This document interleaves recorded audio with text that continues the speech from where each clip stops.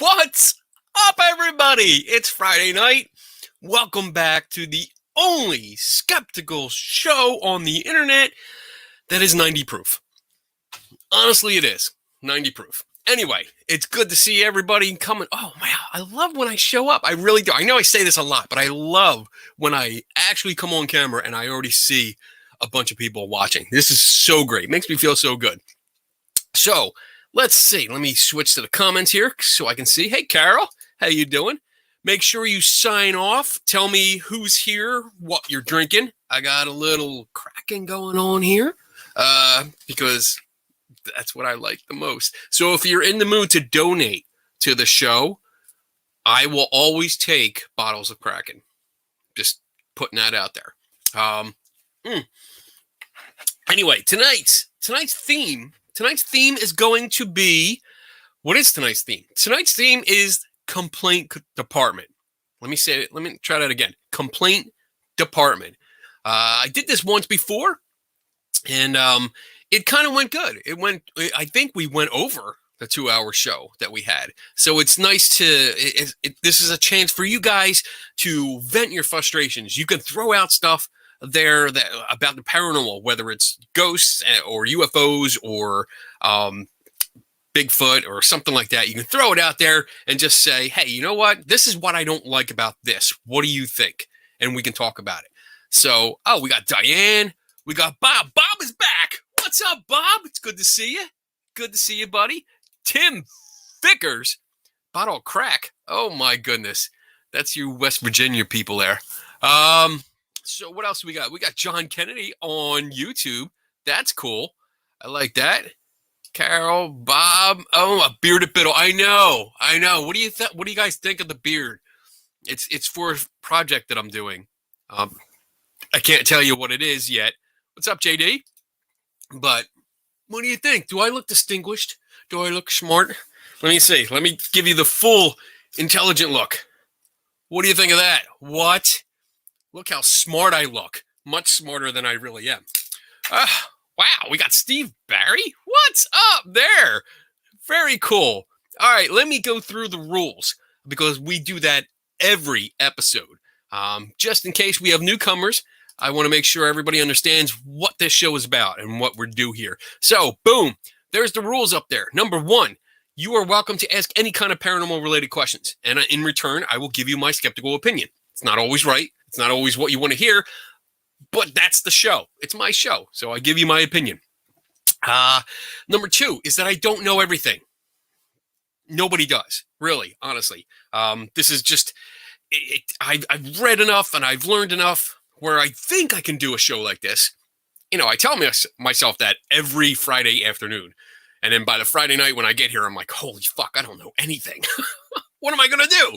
So hopefully, if I don't know an answer or I don't know what you're talking about, I have no problem looking it up. I have available screens on either side of where I'm looking, and I can look stuff up, and maybe we can learn stuff together.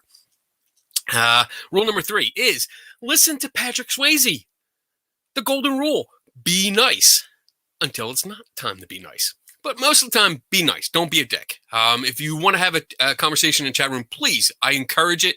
Please do. If you want to debate, please do. But be nice about it. No name calling, because then boom, you're ejected. And so far, I think we're almost at a year of doing this, and I've only ejected one person. Once.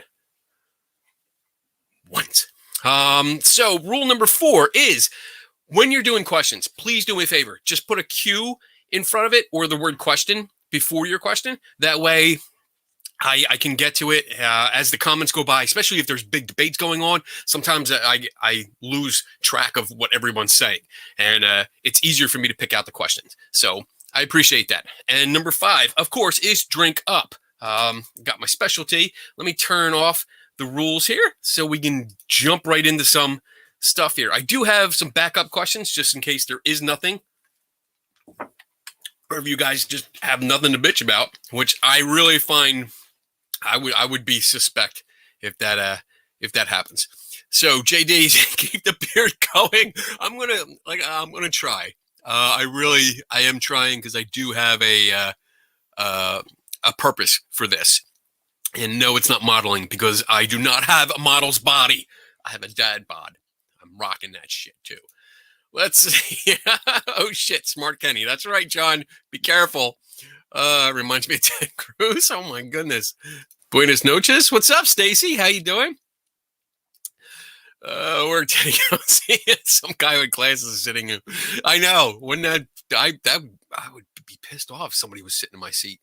Somebody did that once. We had a party and somebody came up here unannounced and sat in my chair and was playing with my stuff. And that person no longer attends parties because you don't fucking do that.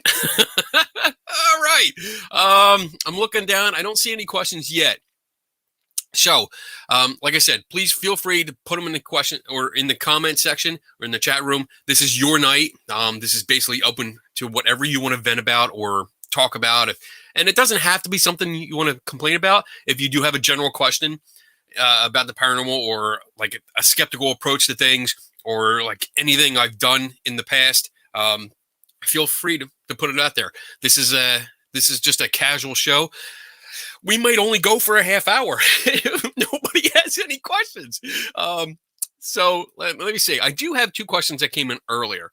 I'm going through some of these comments here, and it's like we're all talking about my beard.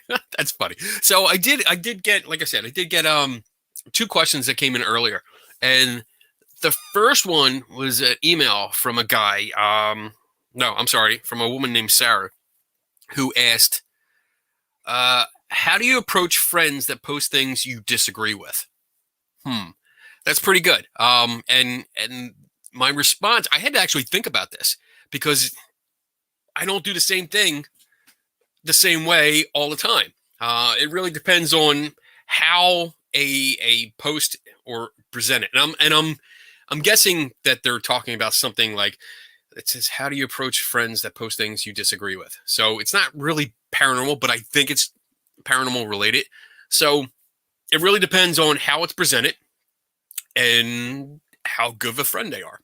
I mean, really, you can be more blunt with people you don't know because it's really easy to be a keyboard warrior with somebody that you don't know and are pretty sure you're never going to meet in your life. So it's really easy to be completely honest with that person. But if it's a friend of yours and you're kind of close and you know them and maybe you work with them or something like that, and they post something you don't like, I don't have any problem posting a response that disagrees with them.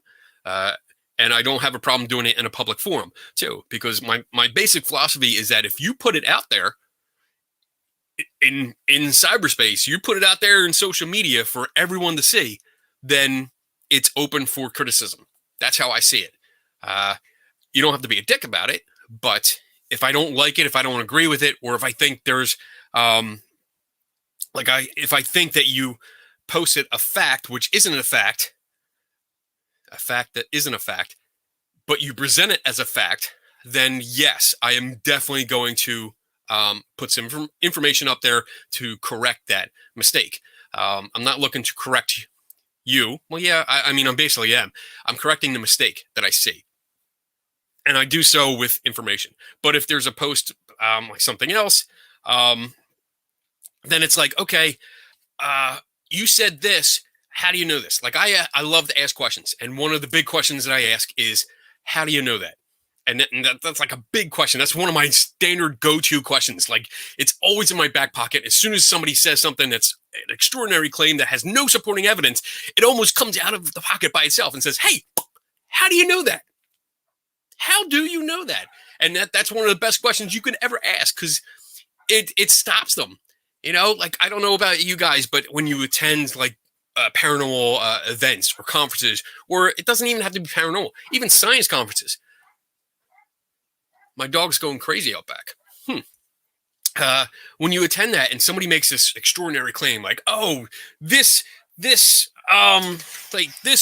magic device you can ask it a question and it'll predict the future. It's freaking awesome. How do you know that? Like, I have no problem saying that. And sometimes I get backlash because it's like a friend is like, yo, I thought we were friends. Why you have to say something like that to me? And my response would be, why do you have to put out some bad information? I mean, tit for tat there. That's how I see it. So if they're a really good friend, if they're really close, then I will certainly, I might actually like send them a private message and just say, hey, I saw this post. Here's some information about it. I don't think it's correct. You might want to, look into this, and just here's something to think about. And I've done that a couple times, especially because you have to know, and you have to know your opponent. And when I say opponent, it doesn't mean like your adversary or enemy. It's just the other person that you're talking with, like in a debate. If you know your opponent, sometimes like if you say something online that embarrasses them, they're going to freak the fuck out. We all know people like that, that just take it to the extreme. I mean, one guy actually, because he freaks out so much, he actually calls the podcast that I do on Saturday nights. But if you know that person and you have to tread a little lightly on it, then by all means, do so, as long as you get your point across. But if somebody is like they're a friend, but I just know them because we're online together. We're not like they're online friends. I don't know if that's really a friend. That's not a friend. That's an online friend. That's a friend in quotes. I have no problem saying, no, that's wrong, and this is why. As long as you say why. Don't just say, no, you're wrong, or don't just use like an ad hominem attack where you just call them names and just say that's stupid or that's bullshit and then just walk away. That's not how you handle it. You got to actually like get into it and why. You have to support your case, Like if I'm going to ask somebody else, how do you know that? I expect them to say the same thing if I say something opposite. So if I go up and say that's not a ghost in that photo, then by all means, they should be saying, hey, how do you know that? If I don't say anything. So there you go. So I hope that answered the question for Sarah, if she's watching, or if she sees this on the replay. But that's how I approach it sometimes. It really depends on how it's presented and like if they're really a good friend and what mood I'm in. Because, if I'm fucking wasted, then, you're going to get everything. You're going to get full tilt Kenny coming at you, baby. All right, let me go back through because I did see, I saw some cues. Oh, there's one. Bob says, complaint. Why aren't aliens real? Why can't they take some people back to their planet? So by that second question, I'm assuming that you're under the impression that there are some here and probably they're assholes and that they should be taken back to their own planet and just get out of here. But to address your first question, wait, aliens? No, it does say aliens, right? I need my glasses.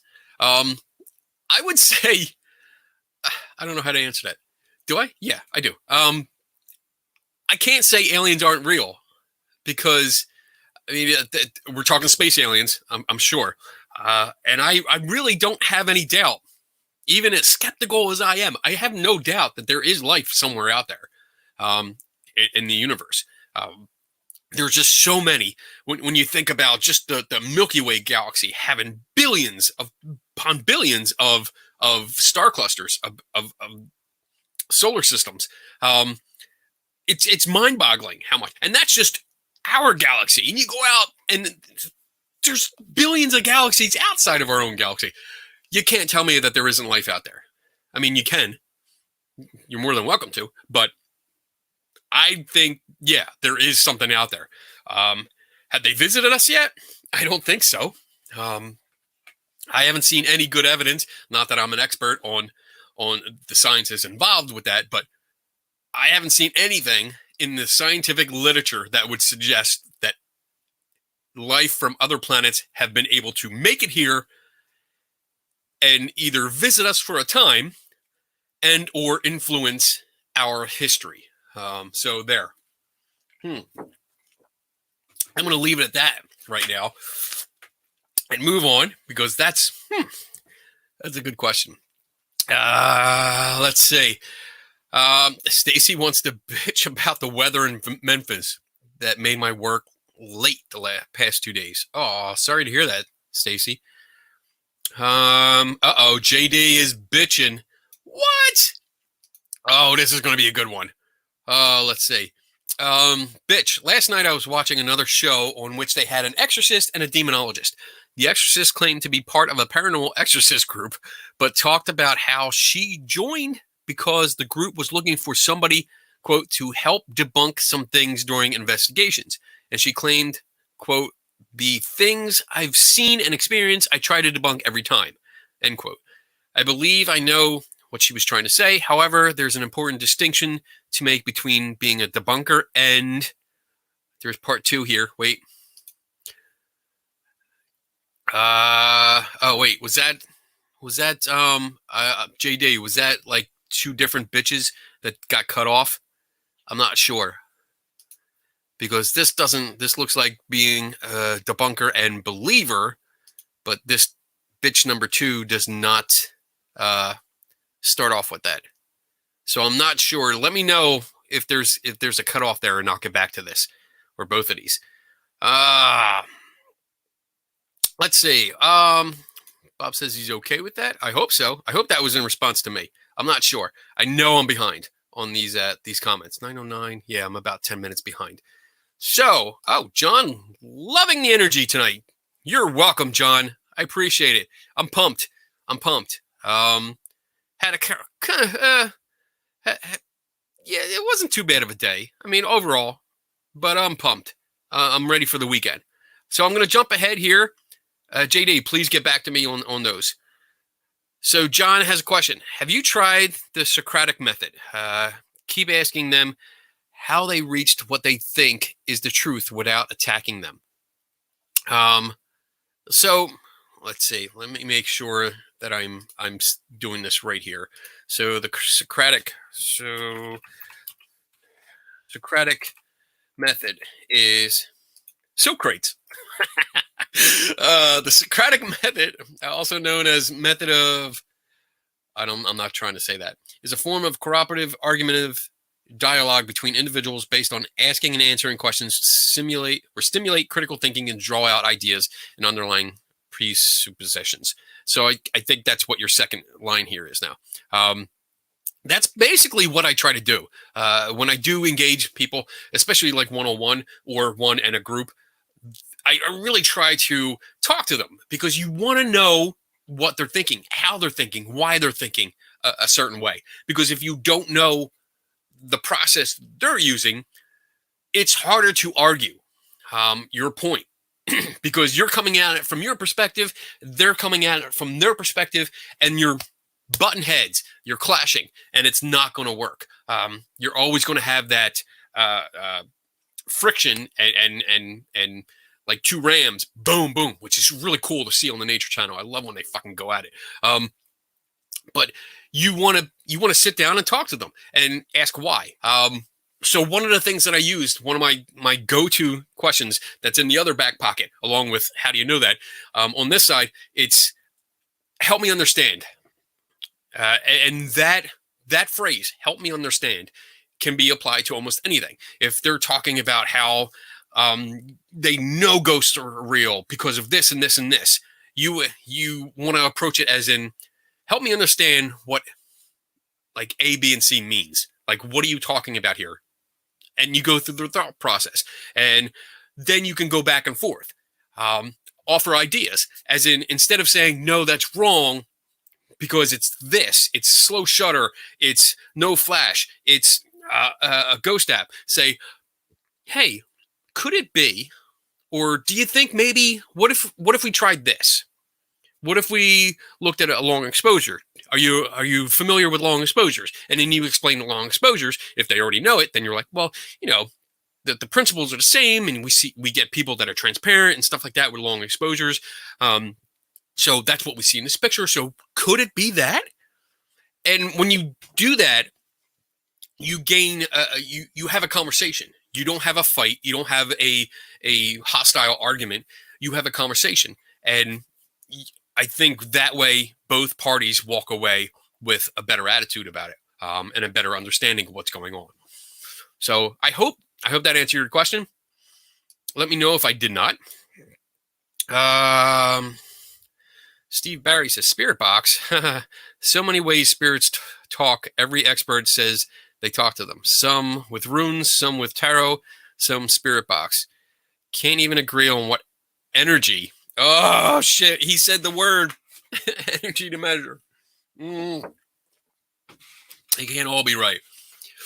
I agree. There is a vast miscommunication among paranormal enthusiasts in the hobby that subscribe to several different ways that things are done, and nobody talks, or nobody discusses it, nobody debates it.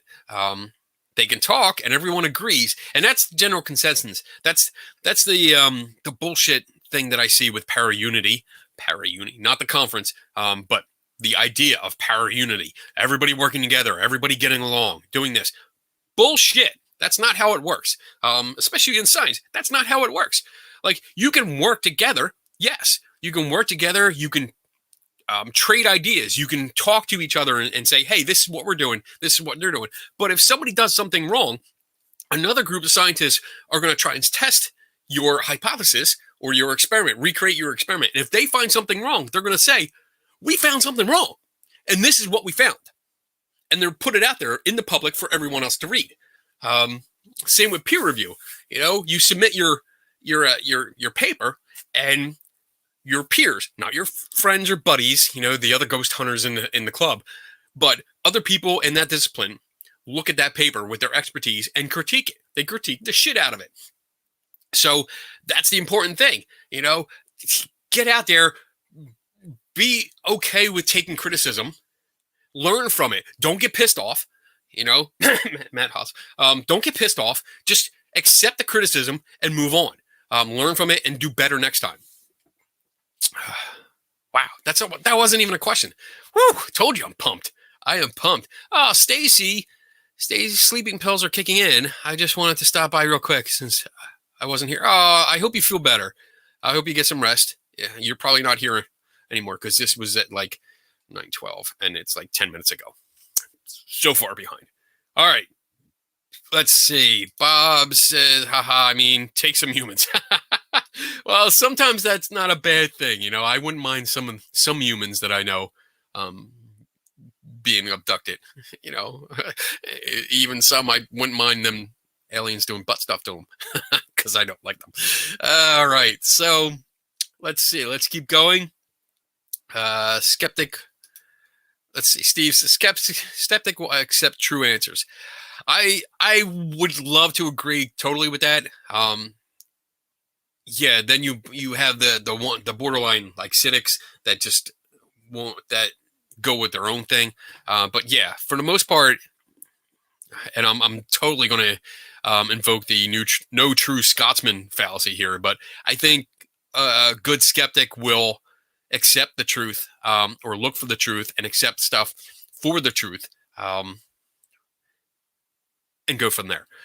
I don't know where I was going with that. I had an idea when I started that sentence, and then I totally lost it by the time I was like midway. All right. JD says, yes, bitch number 1 got cut off. Bitch number 2 was separate. Bitch number 2 got cut off too. So let's see.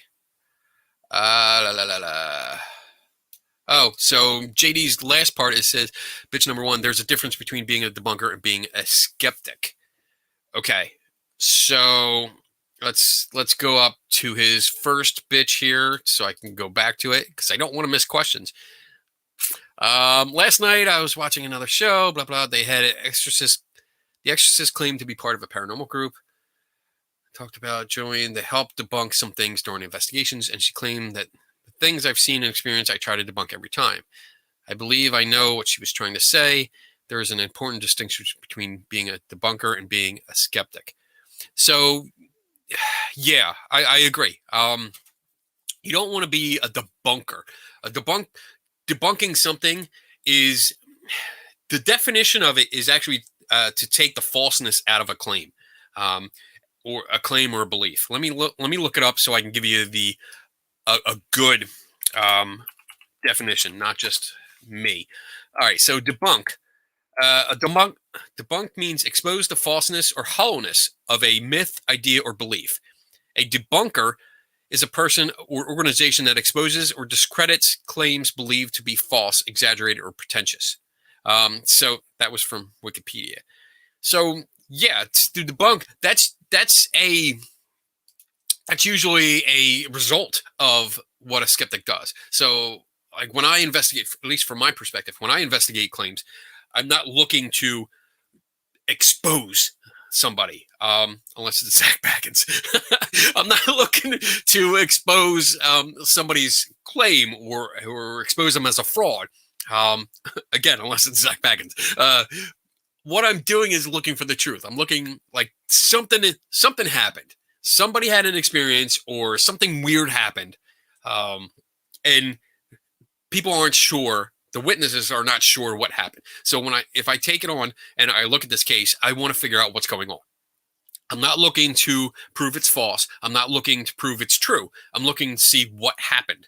And I will gather all the information. I go to all the resources and this and that. So if I explain something like, for instance, the one UFO report that was like a leaked UFO photo from a Navy pilot. I did an article on it, found out that it was a balloon. It was actually, hold on. Let me see if I can do this. It was this balloon right here. So this balloon, somebody had at a party and it got loose. That's going to cause a problem. It got loose and it floated away. And it got high enough that wherever this picture was taken, a F-18, I think, Hornet flew past it, and the co-pilot got a picture of it. But through good detective work, we were able to figure out and match it up to that balloon, which I bought and actually recreated with the help of my wife. So these kind of things, I mean, that's skeptical work, but it wound up debunking it. Because it's often the end product. So yeah, it's not, when you say, oh, we just need someone to debunk shit, that's creating a bias. And that's saying, okay, we just want someone that's going to say everything is fake or everything is false and everything is not paranormal or aliens or Bigfoot. And that's kind of like boring. That's a douchebag. Because that person is just going to be like, nope. I mean, if I do that a lot too. I can't help it. But when I say nope, I also have nope, this is why. Nope, this is why. You know, and I give reasons and I show you evidence and data that's been collected. So big difference between a debunker and just a skeptic. At least that's my opinion on it. Other people may have a different opinion. All right, so it's weird. Like this beard, I'm not used to having it. So every time I take a drink, like this upper lip, like retains some leftover tea. I'm not gonna wipe away. All right. So let me go back down. Let me find. Oh, wait, number 2. Wait, where's? Oh, there it is. So bitch number 2 from JD. Titles, experience, and expertise. The paranormal, supernatural are fields where people can throw around titles like demonologist, lay claim to authority and experience they may not necessarily have. Talking about last night's show again, just because you've read Demonology by King James, yes, that King James, or claim to have a title deacon, that alone does not entitle you to claim you're a demonologist. It's not the same as graduating from a seminary or having a degree in something. So, yeah, unfortunately, it's very, very easy and to get degrees or certifications. And I want to show you something. So, this is my credential of ministry from Christian Harvest Church. I didn't Photoshop this. This is actually from them. This is my credentials of ministry from where Where the hell is this from? Hereby ordained officially monastery chaplain. I can't even see this shit. Hold on a second. So this is monastery.org. Oh, Universal Life Church. Duh, it's right on the top. Universal Life Church. Side note, Universal Life Church degrees, diplomas, and certificates, complete fucking bullshit. If somebody has that on their profile where they're like, this is a credential, fuck that. They bought it. They didn't even buy it. This was free. Free. Anyone could get this. I'm not done yet. So this is from, where is it? First Nation Ministry. My credentials. This is my parapsychology diploma with a distinction because I'm awesome. This is the Gospel Ministry credentials. My certificate of license. So I have a license from them. And this is my certificate of excellence for cryptozoology. So, yes, you're pertaining to your question there.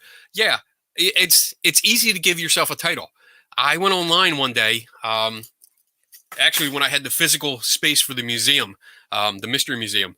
I spent an hour online and I got all those certificates. Just applied for them, got them, and boom, I can now practice. I can do whatever I want now. So giving yourself a title is just complete bullshit. And I get it. You can spout off that you read a book. You can say you read like the Rites of Exorcism. It doesn't mean you're an exorcist. You could read the DSM-5. It doesn't mean you're a psychologist. Just read it. Or a psychiatrist. You read it. I read through some of it, not all of it, because it's fucking like 1,000 pages. But I have a lot of pages printed out that I can reference. So yeah, giving yourself a title doesn't really mean shit. I mean, I've done some articles, at least one article on people that claim to be parapsychologists. And I mean, you saw the one certificate there. Let me get this out of the way. Where I applied for it. That was actually an online class where it was a diploma mill. It took me 5 hours, like 5 hours on the dot, because I timed it all, because I wrote an article about it. 5 hours while I was drinking. I got that. Got a 98.9 percentile. So, I mean, and I didn't even study. I went through the course material and just went through it like, all right, yeah, I know about this. I know about this. I know about this. Well, let me just take the quiz and see what happens. And that's basically what I did. I went through and just took all the quizzes and passed. So it doesn't take much. And this kind of hobby, this community, especially ghost hunting, or paranormal investigation, because that's the more grown-up term, you can do whatever you want. You can give yourself a title. Who's going to say what? You know? Somebody like me. You see a lot. There's a bunch of people out there that claim to be parapsychologists, and then the Universal Life Church bullshit. I see that a lot as a credential, like, and not just for like religious stuff, but all kinds of metaphysical people that do Reiki and other shit like that, where they like, oh yeah, I got certified by Universal Life Church. Well, no, that's not a certification. That's no more. That's no better than just taking it off the internet and then photoshopping your name into it. Oh, I hate that shit. I do actually have a real degree, but that's another story. All right, let's see. I'm trying to get through now. Let's see. I'm looking for other questions. I'm actually catching up a little. Am I? No. Every time I think I catch up, the little scrolling bar shrinks down and says, fuck you. We got tons of more comments. All right. Carol Love says, are there fewer ghost hunters shows? Wait. Are there fewer ghost hunting shows on TV now? If so, do you think that might be because of all the debunking you and others have done? Okay, so I don't know if there's fewer shows on. I don't really keep track of them, because that's not... Honestly, I can't stand them. I really can't. they're all the same. They're swapped out with people, like different characters, cast members. I'm not even calling them investigators anymore. They swap out cast members, they swap out locations, but it's all the same thing. Pretty much, yeah, they do like the interview, they do the cookie cutter interviews with people, and then they do the investigation at night. It's always at night, and then they wrap up and do the reveal. And then sometimes they try something new, which means some kind of new experiment or something, but they usually fuck that up. I don't know if there's fewer or more, so I can't answer that question. But if there's fewer, do I think it's because of stuff that I do and other people do? I don't think so. If there are fewer, I would wager to say that it's because people, maybe it is something that we do. Maybe it is. I think it's because people, the viewers, are getting tired of the shit. I think part of the reason that a certain ghost hunting show went to Discovery Plus, which I'm not going to subscribe to, is because people were getting tired of a shit. Like you see the same thing over and over and over again. It's not entertaining anymore. It becomes boring. It's like, oh yeah, I saw this last week and the week before and the week before that and the week before that. Wow. Okay. I mean, the only reason people like for the feedback that I get is that people watch it for the locations, not for the cast members. But even so, sometimes it's just boring. Like, all right, if it's a place you've been already, you've already been there. I don't know. I don't know if it's because of me and other people. So skeptics debunking stuff, it might help. It might help it because if viewers are looking at it, go, oh, you know what? Because I have come across that. I actually have come across that when, because some of the emails that I get are from people that say, hey, you know what? Like I saw the Blackwell Ghost, or I watched the episode of Ghost Adventures with the Bela Lugosi mirror, and I looked it up and I found your article and read it, and I was like, holy shit, they learned something more and realized that it was fake or staged or something like that, or history wasn't right. And they were now like, okay, well, I'm not a fan. I don't believe this shit anymore. At least that TV show, which is a good thing. I think it's a good thing, but I don't know if we've had an impact or not. I hope so, because it's nice to know that, stuff that I'm doing does have an impact on people. That's nice. That gives me fuzzy butterflies in my stomach, knowing if I did that. I like that, Steve. Yes, to be true must be falsifiable. Yeah. A good claim, yeah, it has to be falsifiable. Let's see. John says we're just going to bombard you with questions tonight for a long stream. Go ahead. I have nowhere to go till tomorrow, so I'm here for the long haul. And we're only like 38 minutes in. Wow, that's cool. I love it. So there's much more to go. All right, so let's see. By the way, hi, Carol. Oh, that's nice. Let's see. Carol's got another question. When you post people's messages with words are kind of scratched out, just my phone or everyone see that? When I post people's messages with words are kind of scratched out, I'm not sure what you're talking about. If it's a long post, like JD posted two very long posts and it cuts it off. At least on here it does. Like for me, it does. I don't know if it cuts it off. I don't think it actually cuts it off on Facebook posts, which is what I should be actually looking at. But I'm not sure what you're talking about with scratched out. Are you talking about comments that are on here, like during the live stream, or are you talking like messages that I get from people that I post on my blog and then criticize and or make fun of? Let me know. Let's see. Steve says, is it possible technology is causing a great awakening to puppet masters of this world? I love that. I love how you worded that. Or is the simulation glitching? We're all meat batteries in a virtual world. Oh my goodness. I love your choice of description. That is fucking awesome. Wow. I think I don't know how to answer that. I don't. I'm so perplexed by your choice of words there. That's awesome, Steve. But I think as it pertains to paranormal people, I think you have more than two camps. But I'm going to address two camps. I think you have one where people are dug in, and they have their gadgets, they have their beliefs with those gadgets, and they're like, nope, this is it. This really works. I don't care what you say. I'm in it. And then you have the other camp, which is people that have played with this stuff and said, you know what? I've been playing with this shit over and over again, and it doesn't really do anything. Um, for example, oh, here it is. This will be good. This is sure to piss someone off. So I got someone donated this to me, and it's it's supposed to be a ghost detector kind of thing, detect static. But as you see, I took it apart and looked inside.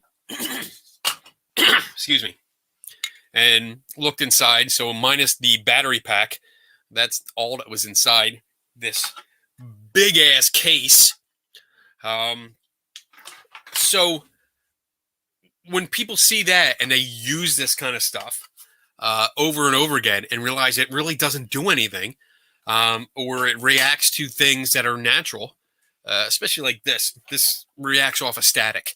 So if it's cold and low humidity and people are bundled up, yeah, it's going to go off a lot because there's a lot of static people are creating. So I think with all of the gadgets that are happening, that people use, like the K2 meters, other EMF meters, temperature sensors and stuff, people are looking at it and going, oh, yeah, we've been using it for a while now and we really don't, there's no change. And I think people are getting bored with it. At least that's what I'm seeing more and more, but that could be my little circle, not country or worldwide. I don't know. All right, so moving on. Let's see. I think faith healers and money from God preachers. Okay, I don't know what that pertains to, but I'm on with you. Bitch number 3. Here we go. JD says, when you're trying to engage in dialogue with someone in good faith and they purposely dodge questions they can't answer. That's common. That's a common thing. That's so freaking common. And you can see it. I mean, if you run a show like this show is based, this show would not exist if you guys didn't ask questions. That's it. I didn't create this to have guests on. I like having guests because it gives me a chance to stop talking and pick someone else's brain, and get actual good information from experts in other fields. But this show is basically for you guys to ask questions and for us to discuss. If you put out that kind of show and accept questions, if you start cherry picking your questions and purposely ignoring, especially because, for example, like there was a show last night that was on where there was only 10 people, but I think there was like 3 people asking questions, and only one was getting their questions addressed. The other 2 people were just being ignored, and that's just not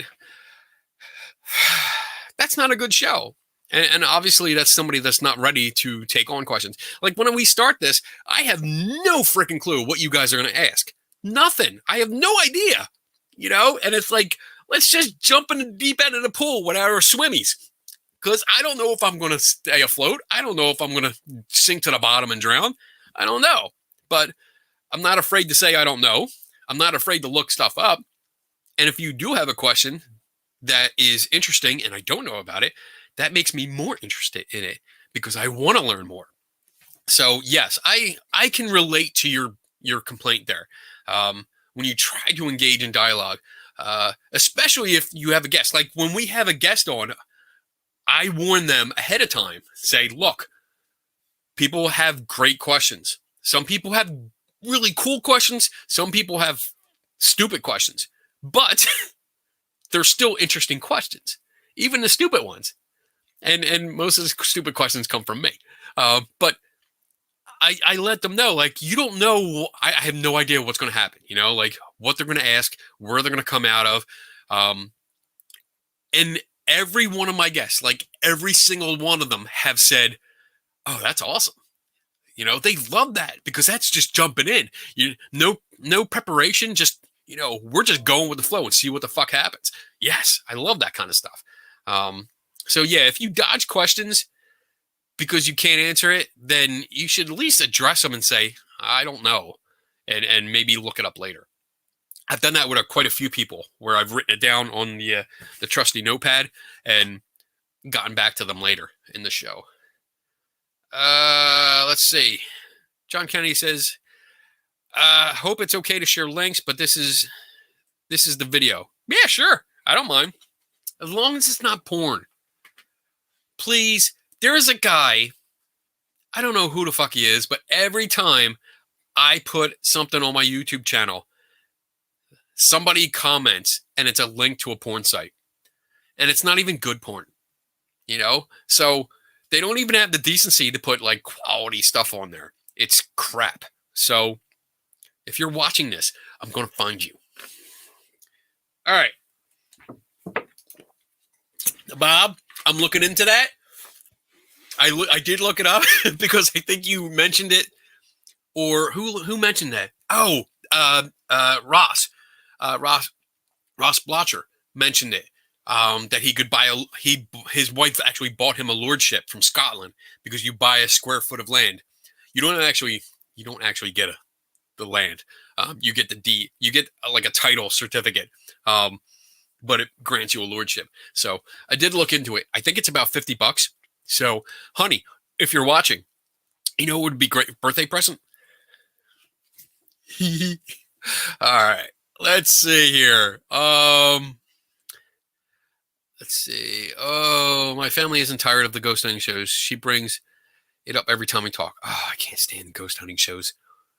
I think if they did something interesting, if they really focused more on the history of locations, it might and the correct history, not the bullshit stuff. Because we've seen that. We've seen that where they've like totally butchered the history. But really spend time on the history and make sure you got your facts straight. Get it right from the tour guides. Or not tour guides, but like the director. Because some of the tour guides don't always get it right. All right. Let's see. Oh, on the screen. Carol says on the screen. So I guess you're seeing scratches on the screen. I don't know what you're talking about because I don't see anything like that. I don't know if anybody else has.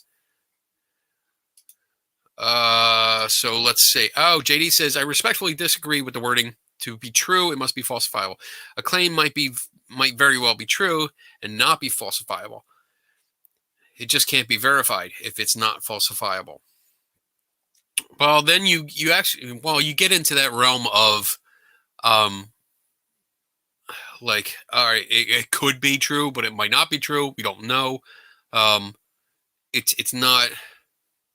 I got to think about that one. Yeah, I'm not sure about that. I got to think about that one. I'm going to think about that one. I'm going to get back to you. I'm probably going to wake up at like 3 a.m. and say, I got an answer. All right. And I love it. They're going to get into debate. I love it. All right. So Bob's got a question. Some deep philosophical question for you. With so much easy access to information right now, and it's only getting easier, do you think religion will become endangered or even extinct in the distant future? No, I do not. Honestly, I mean, religion. How do I say this? I think religion satisfies a need in some people. We all like to believe in stuff. I mean, hell, I don't believe in hell. I believe in the Force sometimes, especially after watching Star Wars, or if I'm, playing with the lightsabers. I seriously do that thing with the remote, like, oh, it's right out of reach. Oh, no, I can't get it. But I think religion does satisfy a need in some people where they need to believe in something, and it helps to have somebody else in charge, especially when things go bad. Or if you really, really want things to go better, but it might not be, you want that chance. It's good. It's a good feeling to have that possibility that if I pray or if I talk to a god, or somebody like an angel or a past loved one that has died, if I can reach out to some supernatural force and they can have some kind of effect on my life, that's a comforting thought. And I'm not knocking it. Your question though is about, because information is so accessible, so easily accessible. I mean, most of us here, if you're watching this, you have a phone, you have a computer, you have some kind of way to connect to the internet because you're watching this. We can ask any question. We can tap the microphone button on Google and say, "Hey, what is this?" And she will tell you. If I ask Google in the background here a question, Google will tell me. She will. I call her Julie, Judy, but Judy will tell me. You know, I get that information, but it doesn't stop people from believing in ghosts or demons or UFOs or Bigfoot or Chupacabra. It doesn't stop people from believing that they have pictures of angels, which turn out to be smoke, or moths. Moths are a big thing. They really do look like angels when you put them on a surveillance camera. But it hasn't stopped people from believing all that kind of stuff. Hell, we've done, I don't know why I keep saying hell tonight. On Three Tortured Souls, we've done several shows on exorcisms that are performed at home. And I mean, that alone tells you that the power of Google, which is probably one of the greatest tools in the history of mankind, even with that, people are still giving into this belief that demons are possessing a human being, and that by holding them down and screaming at them and torturing them, that they can drive the demon out. So do I think that religion will become endangered or extinct in the distant future? No. I think there will always be religion. There will always be some kind of cult. There will always be something like that. I don't see it ever going away. Wow, that was passionate. I was impassioned in that answer, I think. Thank you, Bob. I appreciate that. I need to drink more. All right. Let's see what else we got. Wow, we're almost at the halfway mark. Doing pretty good. I love it. Questions are great. You guys are coming up with some really good questions. I appreciate it. I appreciate you guys coming out every Friday night. I know I say that every Friday night, but I mean it. You guys, I love you guys. All right. So let's see. Kicking myself for not being what? JD, I'm so kicking myself for not being a porn poster. For not being the porn poster. Oh, okay. On my YouTube. Dude, I get those notifications and I'm like, it says like a timestamp. And when I see that for YouTube, I'm thinking, all right, there's obviously something at that timestamp where they're commenting on, because they watched the video and commented at the time. And I go into it, I'm like, what is this? And I click on it. Oh, what's this? Ugh. Oh, that's like 70s. Ugh. Disgusting.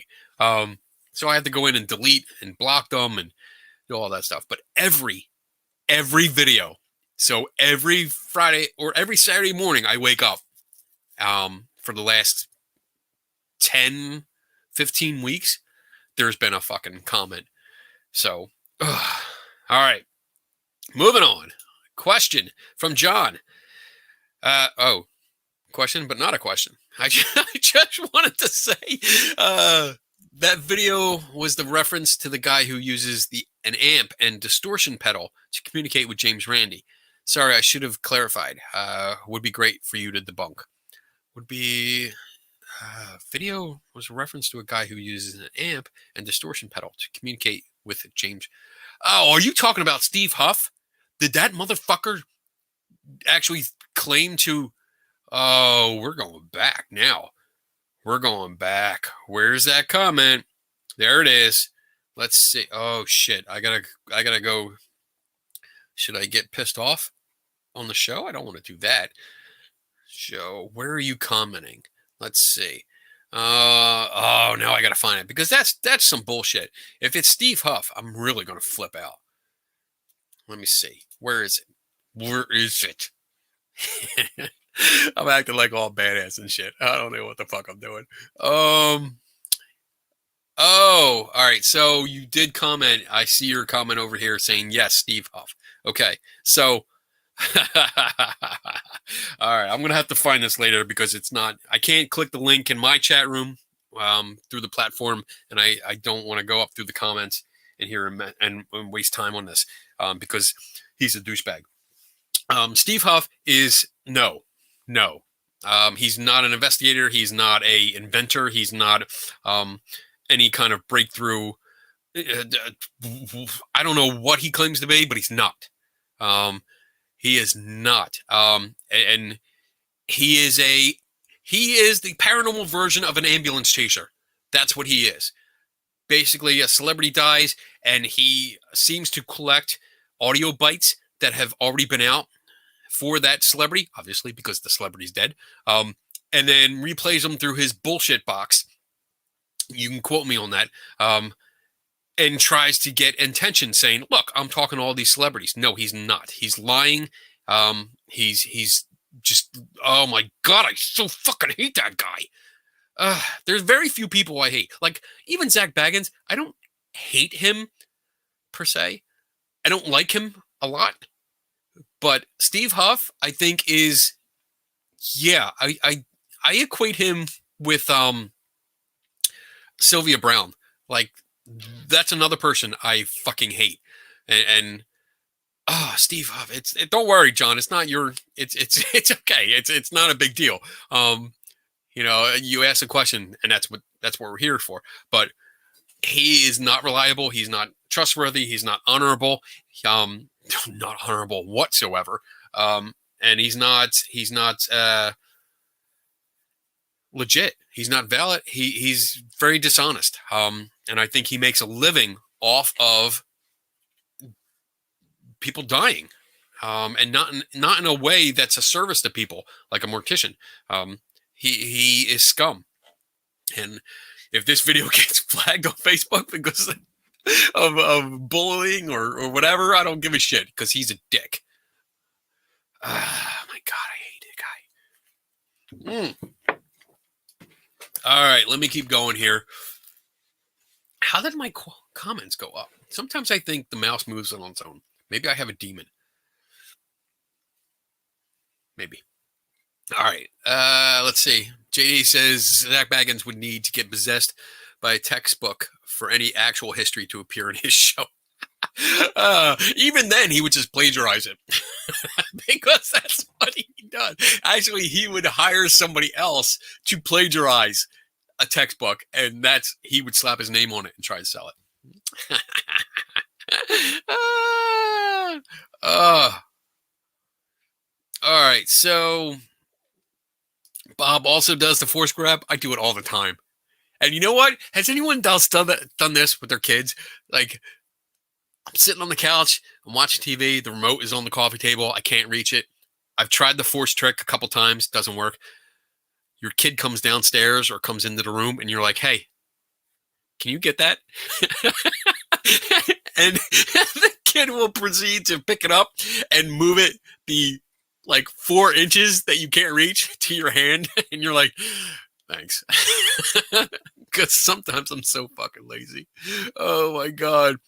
All right. So let's see. Going through. These are great questions, guys. It's almost. I'm going to play my commercial, and I will come right back. I'm going through some of these things. So, okay. So I see another question pop up. All right. I'm going to play my commercial real quick. So I'm going to make you endure that for about a minute. So I'll be right back. Hey there, my friends.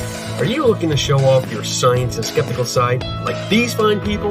Then head over to my Teespring store where you'll find lots of t-shirts, coffee mugs, tote bags, fanny packs. Yes, they are coming back.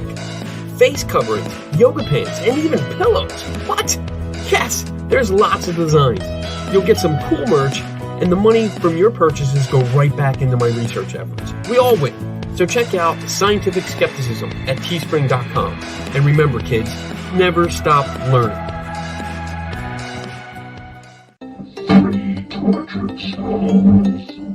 Are you tortured by what you see and hear about the paranormal field?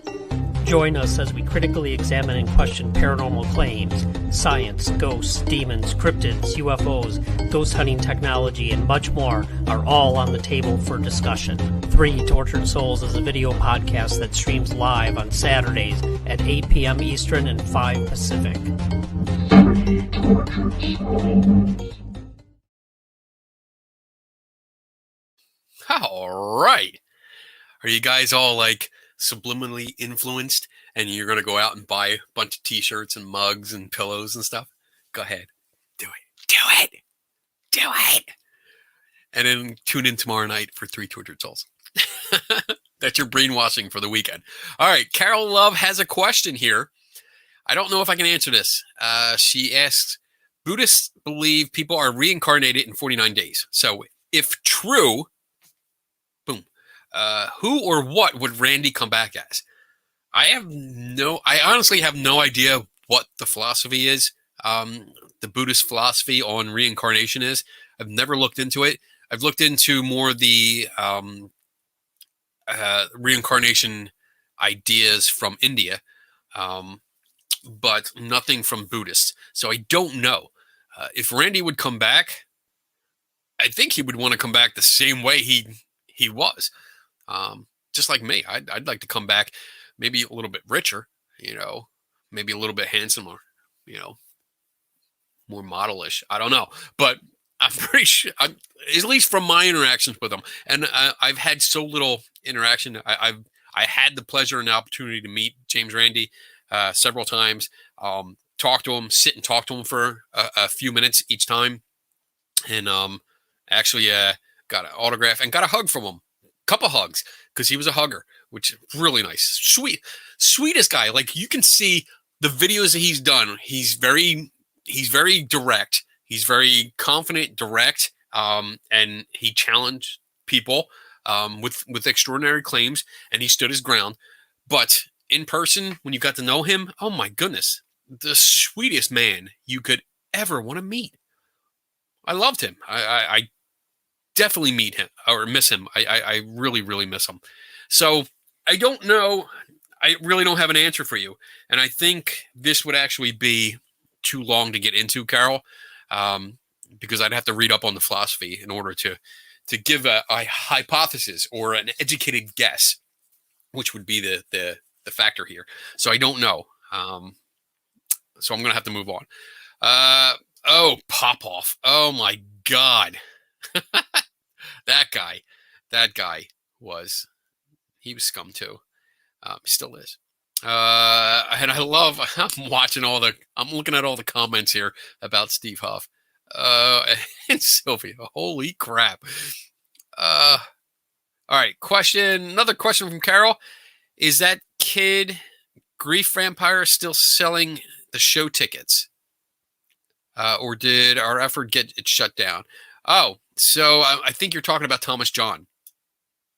Here it is. JD addresses it. No, he's still selling them. An article was published about it in Science-Based Medicine. When I showed him, he disabled my ability to comment on Facebook posts. That's awesome. Thomas John is he's still selling tickets, and unfortunately, I mean, he's definitely a grief vampire, and his methods are sloppy. I don't know how he gets people to keep coming back to him, but I guess he feeds on the belief system, the deep-rooted beliefs that people have, where you can. I mean, maybe we should do that one night. That's an idea. Because if I actually advertise like, hey, we're going to do a psychic night where I'm going to have a bunch of people and you have to sign up ahead of time so I know how many people are attending, and I'm going to do psychic readings on you, and we're just going to go off of that. So if I had a week, I mean, shit, I watched one of his videos, and the 30 seconds that you had before he gave a reading to somebody, I was able to find almost all the information that he had for his sitters per se. So I wonder if I did that and did like a show where I'm like, all right, well, I'm going to do this ahead of time, and really spent time, and then went through one by one and said, okay, John Kennedy, I'm going to do a reading on you where I see A, B, and C. Steve Barry, I'm going to do a reading on you. Bob Ledzinski, wow, I think I said your name right. First try. I'm going to do a reading on you, and gave you general things like, okay, let's see, I'm getting a name that's like Fred, or this and that. I'm pretty sure we could do a very good hot reading show because your names are all up there. I have your full names, and I could probably do good background checks on all of you within that week, and then have all the information up on screens on either side of me. So I could actually do like stuff like this, like psychic common techniques, like, oh my goodness, I'm getting a reading like this, and while my hand is up here, you can see it's open and I'm looking at this screen. You can't see it. That's the kind of tricks that Thomas John does. It's very sloppy. It's very amateurish, but he gets away with it. People, they soak it up, and I can't believe he still does. So, yes, to answer your question, like JD did, he is still selling tickets. It's a shame. I wish they would shut that down because it's just not right. Let's see. Bob's going to tap out soon. Sleep schedule. All right, man. I hope your back feels better, dude. I do. I'm sorry you're feeling bad. So thanks for stopping by. If you're still here, I hope you enjoyed it. John Kennedy says, off topic completely. Thank you, Kenny, for interacting with us. Aw. Most channels only do super chat questions, but I really feel part of this community. What is super chat? I actually don't know what that is. Is that something you have to like subscribe to or something? I'm not sure what that is, but I mean, that's what this show is about. That because at first it started off with just me doing videos, and I think it was called I Am Kenny Biddle because it was based off of my blog thing, and I was just doing these things when I had time. And then it was Ask a Skeptic, but then it just feels natural because, and I think I explained this before, at least once before. The best part of conferences, whether it's paranormal or the science ones, was the party that happened either before or after everything was done. Because most people were drinking, having fun, like just enjoying it, relaxing. It was more laid back, and you could have conversations that had a serious tone, but people don't take it as serious. And I like that. And that's what this is based off. That's why it's a skeptical help bar. You can drink if you want to. You don't have to. But you can come here, you can have discussions, you can have debates, you can ask questions. And I don't know if I get to every question. I try to, but it's like I said in the beginning or near the beginning, this show would not exist if you guys didn't ask questions. It's as simple as that. I turn it on and be like, all right, any questions? And if nobody said anything, I'd be like, all right, well, thanks for stopping by. Goodbye. Click. And I'd be out. So you guys run this show, not me. I just work for it. It's you guys that run it. So I do appreciate the comment. And yeah, you're part of the community.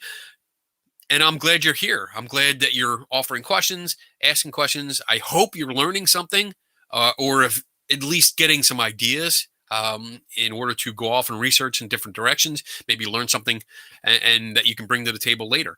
And it's always nice with people with different backgrounds where they can offer information. And I can't always offer links.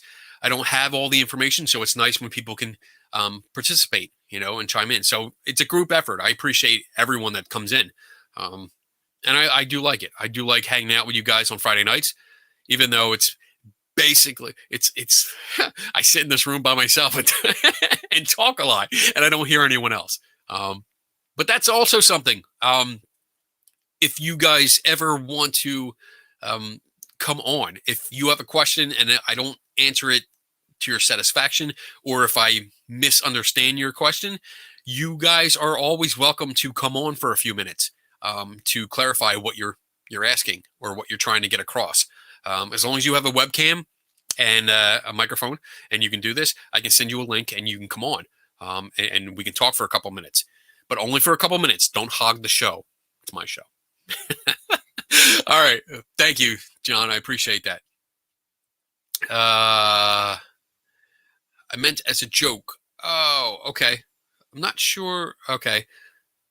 Let's see. Sorry, Carol. I don't know what that is reference to. It's all good. I think I laughed. All right. Going through. Oh, Uri Geller. Oh, my God. That guy. He's still around. He's still doing spoon bending. After it's been debunked completely and thoroughly, he's still doing it. What's worse, people still believe him.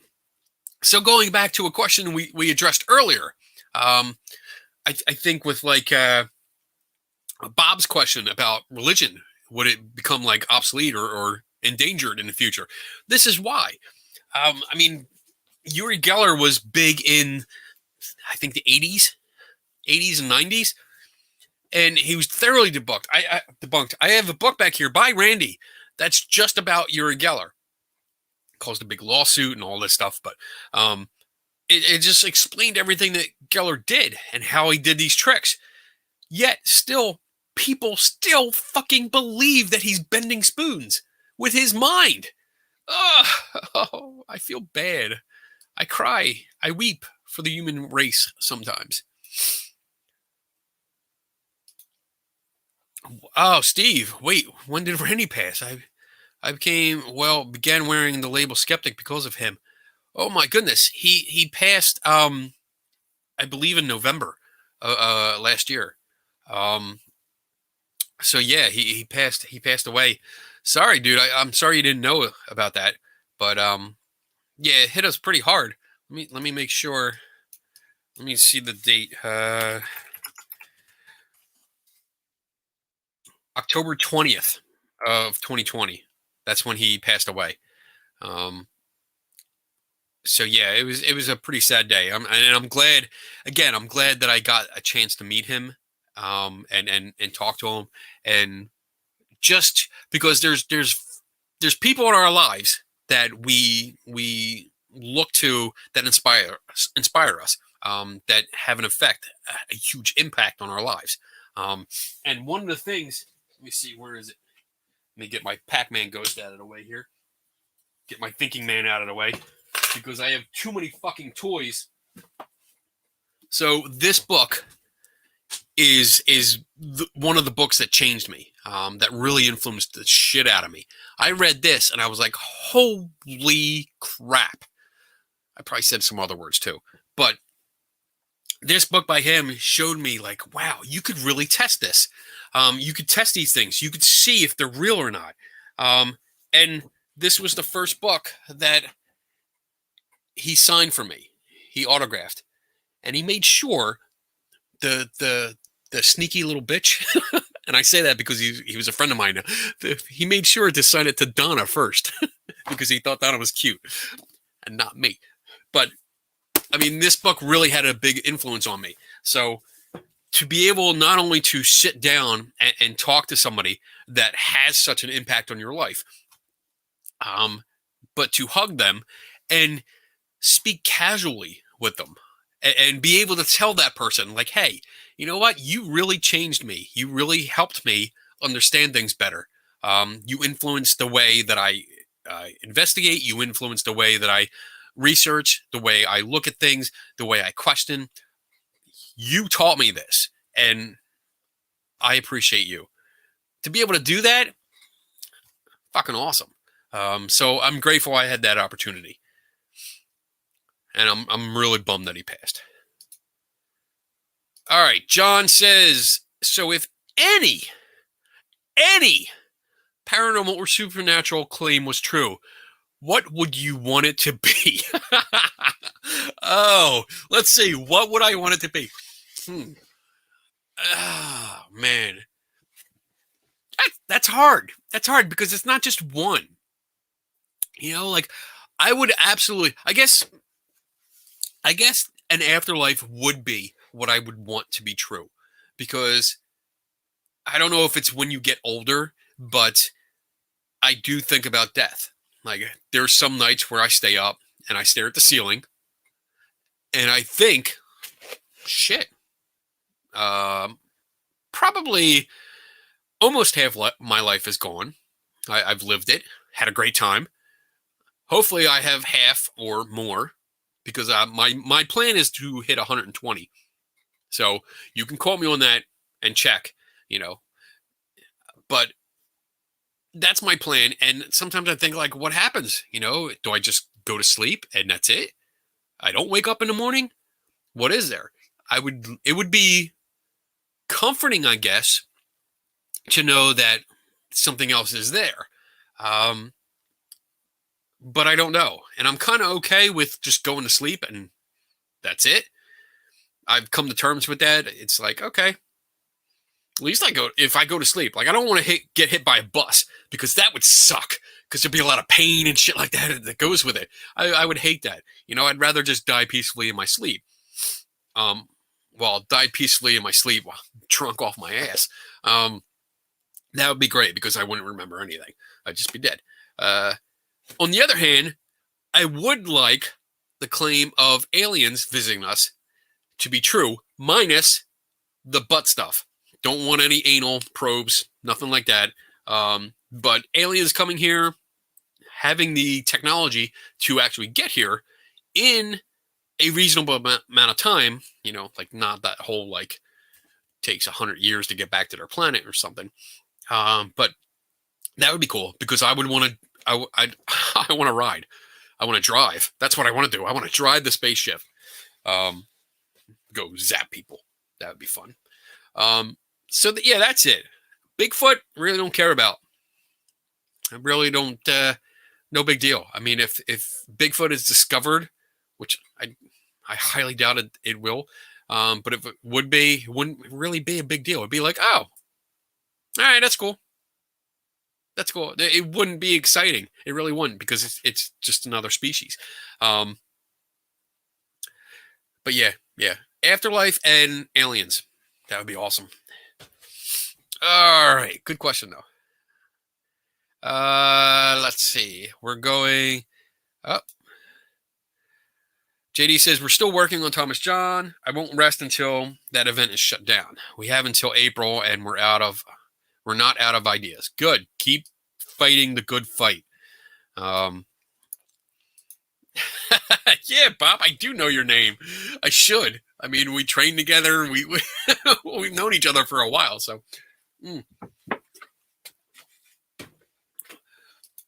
Tim Vickers, yes, I agree. He gets disrespectful using Randy's name.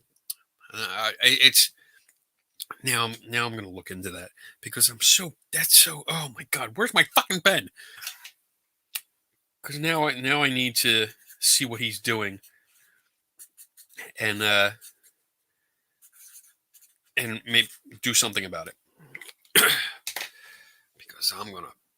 Oh, never mind. All right, let's see. JD, send me info. I'd be happy to help. Good, John. Good. Kenny, I am in with the hot reading show. All right, wow, I'm finally catching up to some of the comments. Damn, it's so hard being like 10 minutes behind, because sometimes the comments are really funny, but I don't know what they're to. Let's see, going through Super Chat. Oh, here we go. Super Chat is a YouTube thing that you pay to bump your questions to the top, usually $5 to $10. Damn, that would be great. That would be fun. But I don't do that. I mean, I have the t-shirt store. So if you're interested in t-shirts, that's cool because we both win. It's not like your questions are important to me, and I try to get to all of them. That's why I asked that you put a Q or a question in front of it so that I can see them better, and I get to all of them. I wouldn't expect you guys to pay. People do that? Like, you pay $5 to $10 to get your question bumped to the top? Like, do you have all that spare income? You need to call me. You really need to call me, and we can talk. Because if you have that much money that you can just be like, you know what? I want my question at the top of the list. Here's $10. We need to talk because I could use some funding. Damn. Yeah, I'm never going to do that. If anything, like, I was actually toying with doing a Patreon thing, but I'm not sure. It was very intimidating because I have so much shit I'm already in. But I was thinking about doing that and just putting it out there, but I don't know if I want to. Like, I do enough stuff, and I get most of my stuff for free. Like, I try to look for every free way to get stuff without breaking the law. So I don't want to start charging people to see things. But I guess Patreon, it's more like a donation thing. If you want to, you can. But if you don't want to, you don't have to. I'm still going to do this. I'm not going to stop. So there. I don't know who I'm saying that to, but all right. Carol, pay to ask questions. That's crap. I agree. I am not going to ever charge. I mean, if you guys have questions, you don't have to wait until Friday night. I mean, it's good because it keeps the show going and more content. But if you have a question during the week and you're like, you know what, I'm not sure about this. I wonder if Kenny would have an opinion on this. Feel free to send me a message. I mean, I'm usually available on Facebook all the time, so I don't mind. I don't mind at all. I have people asking me questions throughout the day, and it's fun, especially because like, some questions just get interesting, and it's like, wow, I did not know that. Let me look into that a little bit. Let me see what's going on. And it gets me pumped, and maybe a good question will actually develop into an article that I can write for Skeptical Inquirer.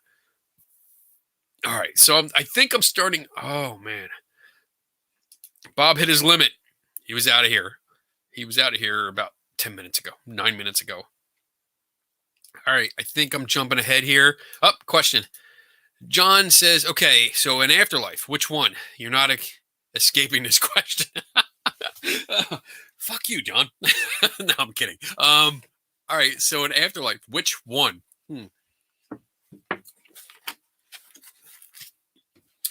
I would like the afterlife that Dean had in Supernatural, the finale. That's what I would like. A nice little place, nice little cabin where I can hang out. I can drink rum all day. I said it twice. All day, all night, every day. Hang out with people that I know that have died. Yeah, that would be good. Nice, peaceful, not worrying about things. And the weather, I thought about this today. I don't know why this thought popped in my head, but the weather would have to be that perfect temperature where you could wear shorts if you wanted to, or you could wear a hoodie, because I like wearing hoodies. Like, I'm always wearing a hoodie. When it's like not short weather. So I love hoodies, and I love just hanging out in shorts, pajamas. So, that would be perfect.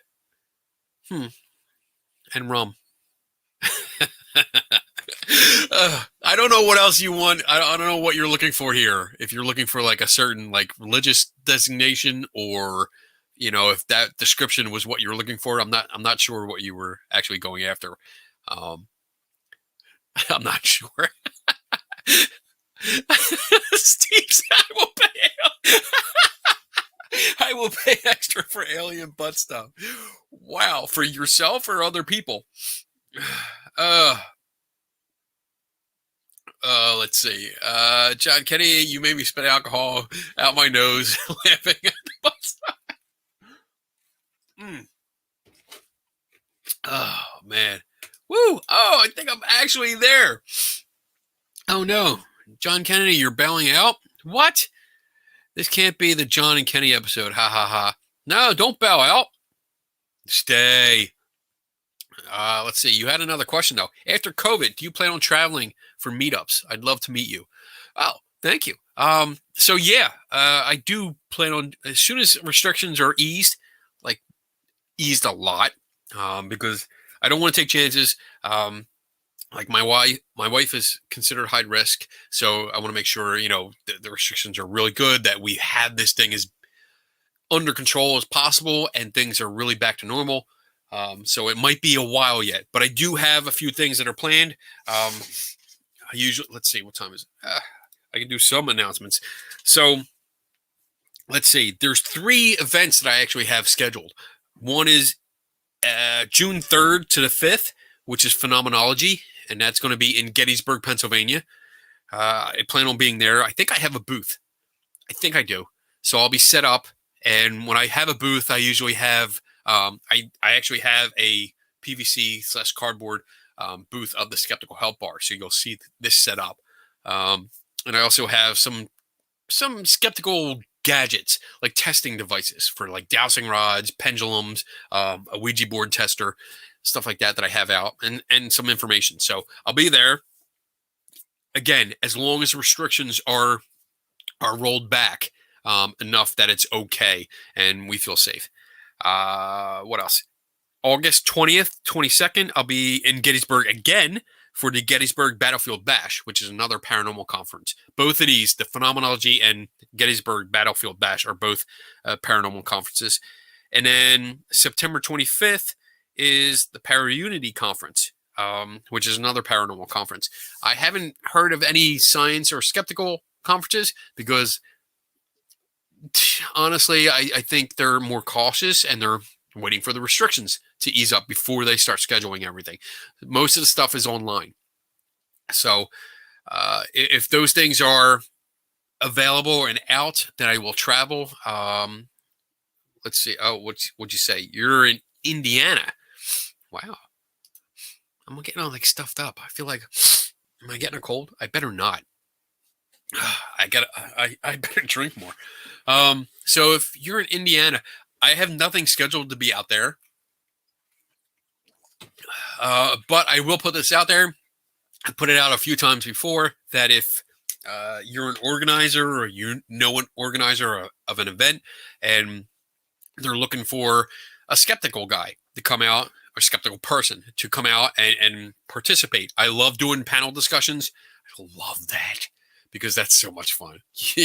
You can piss off so many people all at the same time. No, I'm kidding. I try to have fun with it, but I love doing that. Even online events, I don't mind doing. I enjoy talking to people. So, but if you have an event going on, like an in-person event, and again, the restrictions are rolled back, contact me. If it's a good distance, like Indiana, that's far.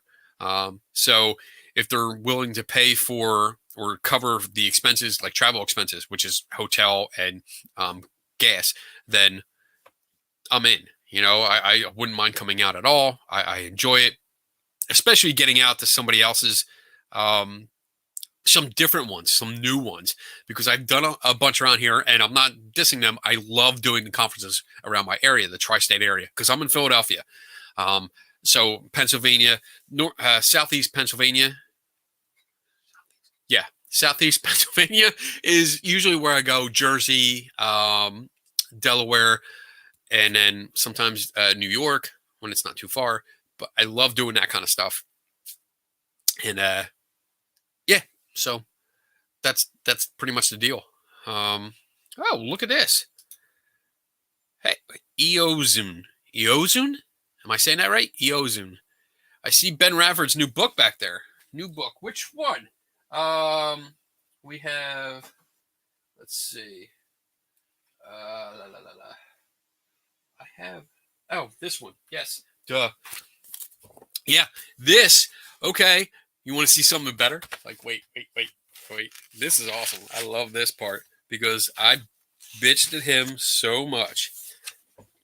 Number one of 50. There you go. I love it.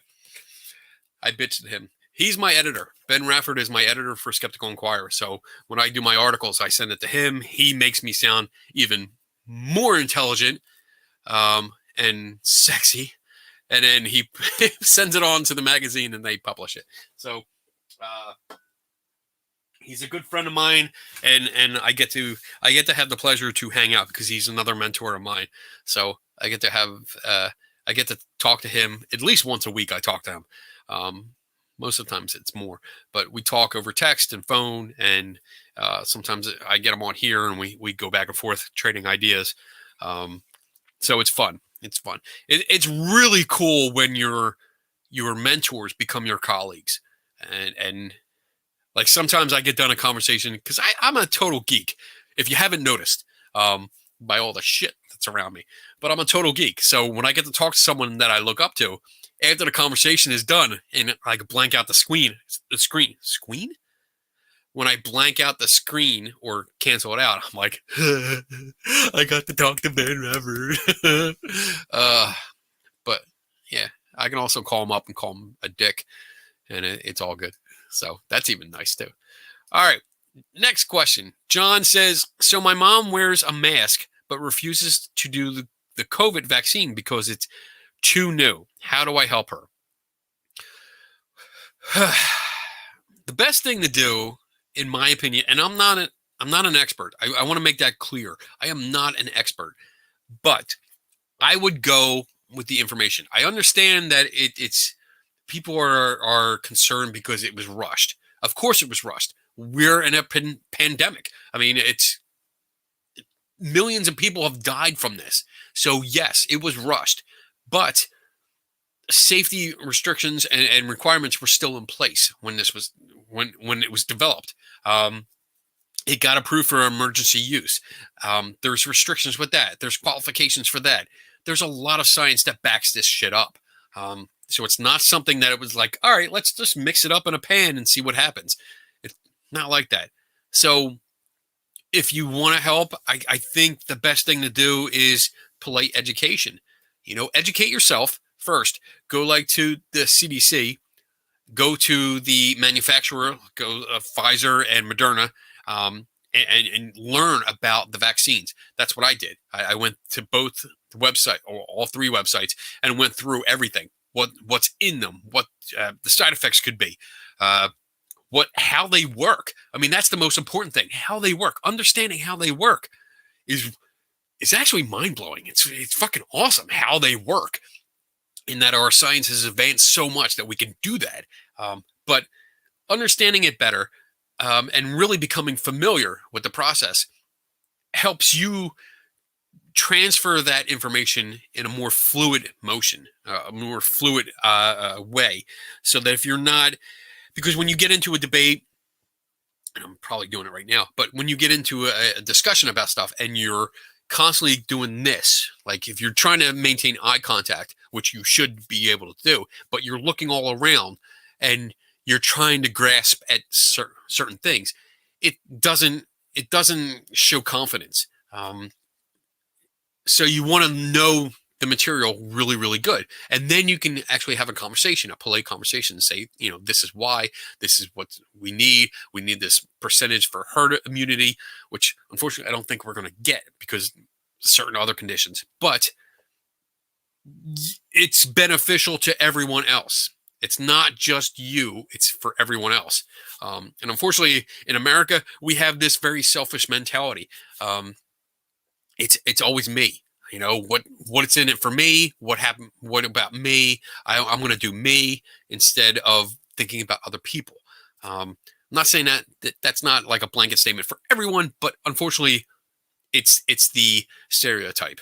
And we do show that. We do show a selfish attitude here in America. So I'm glad that she wears a mask. And hopefully she wears it right, like over the nose, and not this bullshit where it's down here. But glad that she at least does that.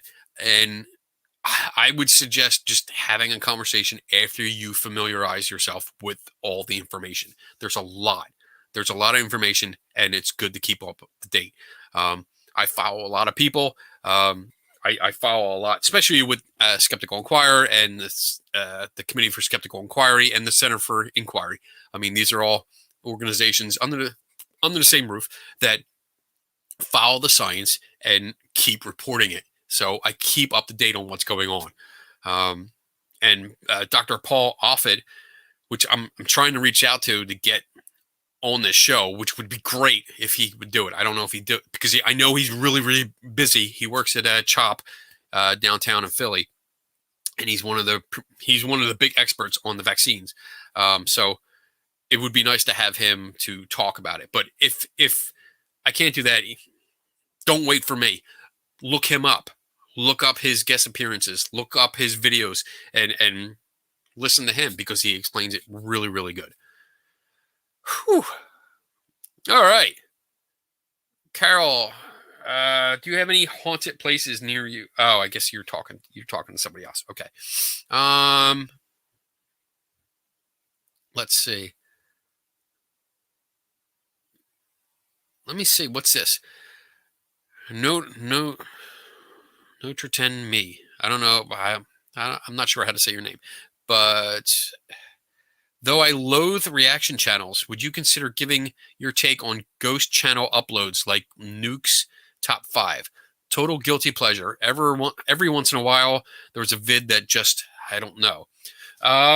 So one thing with YouTube channels, and I have one, and I post, most of my videos post either this or when I do standalone videos where I focus on like a piece of equipment or a procedure or a method or something like that, or from a skeptical and science point of view. But stuff like this, when you see channels that are like top 5, and I see a lot of them too. Like I spend most of the hours between like midnight and 3 a.m. just watching YouTube videos. But when you come across them, they're usually like the top 5 unexplained ghost photographs and stuff like that. And sadly, when I come across them, they're all explained. Like I've already seen explanations. I've explained some of them, but I rarely come across a top 5 or top 10 list that contains something that has not been explained already. So it's very hard to come across. I take those with a grain of salt with, like, I hesitate to click on them sometimes because it annoys me. When I see like they put up a photo that like, what was it? Caught on camera, paranormal caught on camera. I think the first episode that they posted, I wrote a review on for the Adventures in Poor Taste website because every single video that they featured on the first episode was explained. It had valid explanations and had been recreated over and over again for years. Yet this show showcased them as like, these are brand new and holy crap, this is mysterious. We have no idea how it happened. And that's usually how I see top 5 videos, where it's just they present them. There's very little, if any, knowledge behind them. It's just like the story, and that's about it. So yeah, I don't. I'll check it out. You know what? Let me write that down. Where'd my pen go? I had a pen here, and it's gone. It's just disappeared. So I'll write it in marker. Let's see. It says Nukes Top 5. So I'll check it out, and I'll try to get back to you on that. All right, let's go. What do we got? Oh, we got about 20 minutes left. Nice. Carol, this technology has been around for a while. Thanks. Let's see. John says, thanks, Kenny. This is why I come to this live show. I appreciate you, what you do. You're a great guy. Oh, thank you. I feel the love. Thank you, man. I appreciate it. I'm glad you keep coming back because If you didn't, then there'd be very few people watching the show. I'm glad everyone comes back. I really am. I'm humbled because it's nice to see this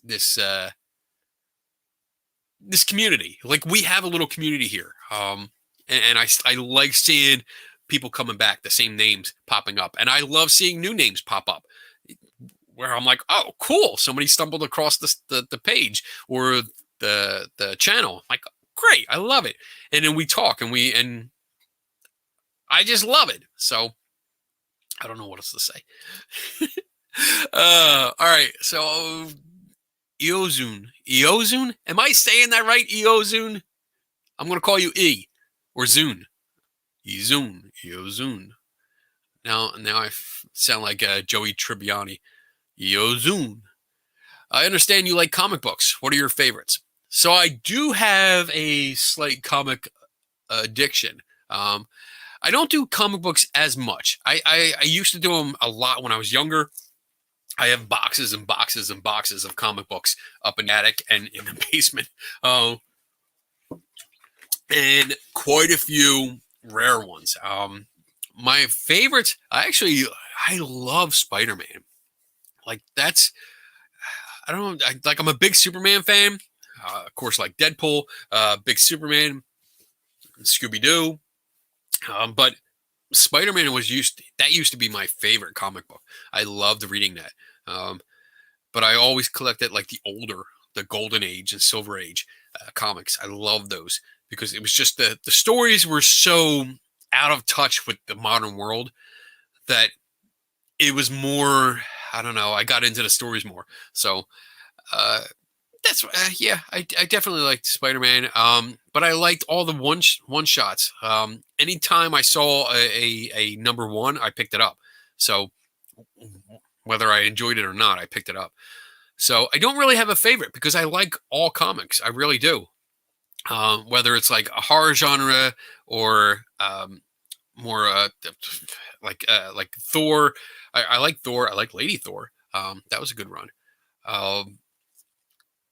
But the standard DC and Marvel, but I also liked weird ones, the independent ones. I used to go to a lot of Comic Cons, especially like the smaller ones or the startups or the independent ones. Not like Wizard World was a big Comic Con, but really got out of hand with their prices. It was ridiculous when you spend like $50 or $60 just to walk in a door. And then you had to pay extra to meet celebrities, or you still had to buy stuff.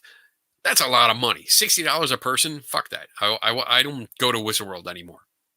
I haven't gone to that conference in like 5 or 6 years, just because I hated the prices. So I go to a lot of smaller ones where it's like $10 to get in.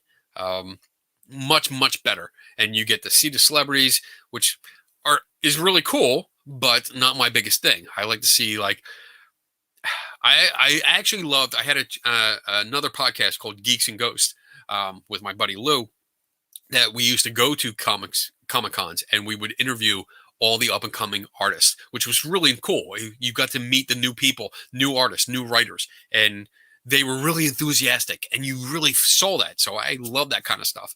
I honestly loved talking to people that are excited about their product. All right. Let's see. Carol, can I add you to Facebook? Okay. NTR says, oh, wow. Now I really want to see you do an unpack of one of these top fives. It would give novices like me some ammo in debunking these vids. If you want to go back through the episodes on this channel, because you're coming in through YouTube, so if I have all these skeptical help bars are on YouTube. So if you go back, there's a few episodes that deal with paranormal photographs. So it's like live analyzing photographs. Sometimes it's boring. I apologize if it is, but I go through the steps that I go through looking at what's on the screen and saying, okay, I see this, I see that, this doesn't make sense, this isn't right, and I give a really a shot by shot debunking, I guess, or explanation of what's going on in a photo or a video. So I would suggest that first. And then what else? Oh, if you go onto Facebook, if you have a Facebook account, you can go to I am Kenny Biddle, and that's my blog page. So you can look there. There's a lot of information there. And I just recently posted photos. It's we call them photo montages of all the common photographic anomalies that are associated with ghosts. And I think there's like 14 or 15 montages that cover orbs and ecto and shadow people and apparitions and streaks, light streaks, and different things like that. So that might be something that helps you understand better, especially about pictures and videos. Videos give you a lot more information to work with, but a lot of them, especially poltergeist videos, if there's a poltergeist video where the camera is set up perfectly and everything happens in frame, I don't believe it. No, it's usually set up. All right, moving on. Let's see, what's this? By the way, NT entertain me. Oh, I get it.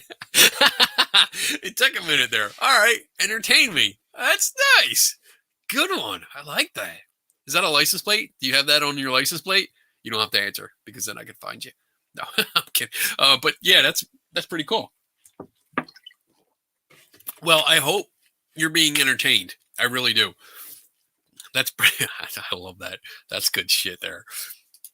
John Kennedy, come on. Marvel is DC. Marvel is better than DC. You know what? Yeah, this is pretty much an open mic night. So I don't know. I've always been a Superman fan. So Superman has been my go-to superhero. My favorite. I grew up with Christopher Reeve. So that was my Superman. So I always tended towards DC. Well, actually, you know what? I went to DC for Superman. I have a lot of Superman comics, very little Batman.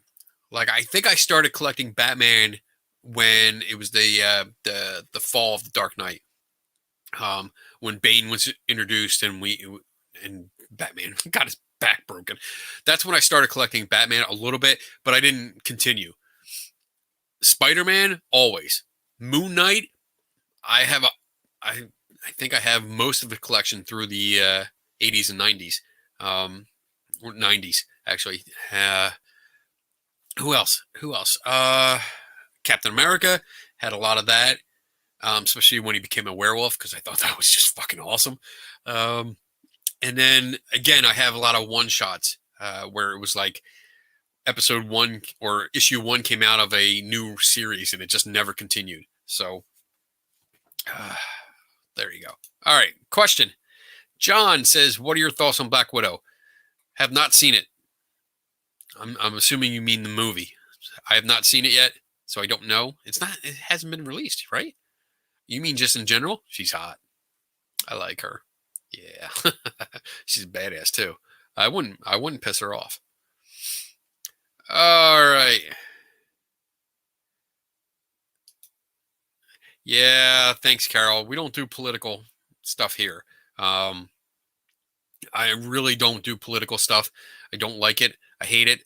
And I don't like people get too butthurt off of it and too intense. So we try to keep it a little bit friendlier here at the bar.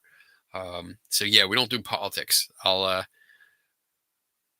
not ignore you if you post something political, but I'll just kind of say we don't do political stuff and move on. Yozun, if ghosts are immaterial, how could they reflect light and appear in photos anyway? That's a good question, because I agree. And ghosts fall under special pleading. They have special rules because apparently they can do magic. So already they don't follow the rules of our universe. But yes, I agree. If they're immaterial, how can they reflect light and appear in photos?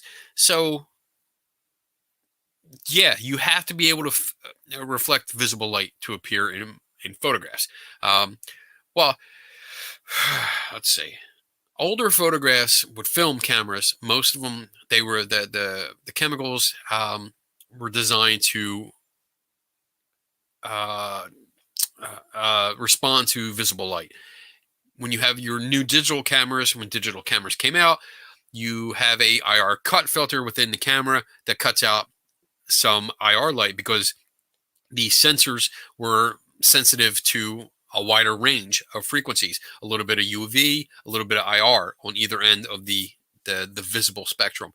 So you had this idea. I guess the idea came into play that, okay, well, if we use digital cameras and we're catching a little bit of infrared light, then maybe ghosts are in the infrared spectrum. They're only reflecting infrared light, which is if you use night vision cameras, the same time you're taking pictures and you don't see anything on the night vision camera, obviously that says no, that hypothesis is incorrect. But I agree with you. If they're immaterial, if they're not reflecting light, if there's nothing there to reflect, then the camera shouldn't be able to pick them up. If the camera is picking them up, you should see it. That's it. So I don't know what else to say. It's that I agree with you. I totally agree, and that's a good question. That's a question that I bring up often, especially when people, like when you see ghost hunters use the lasers, the laser grid, which I always find funny because they turn the lights out, then they turn the laser grid on, which is a light. It's visible light that's going through the area, and the purpose is to see an entity better. Which, to be honest, is quite ridiculous because if you want to see an entity better that can reflect the visible light that the laser grid is producing, then turn the fucking light on. Flip the switch, turn out all the lights on because all of this light that you see here reflecting off me should reflect off a ghost if it indeed reflects visible light. I don't know. Not rocket science. It really isn't. All right, so let's see. Another question. I'm going to wrap this up soon. Just letting you know, because we're at the 2-hour mark. I am 2-hour mark.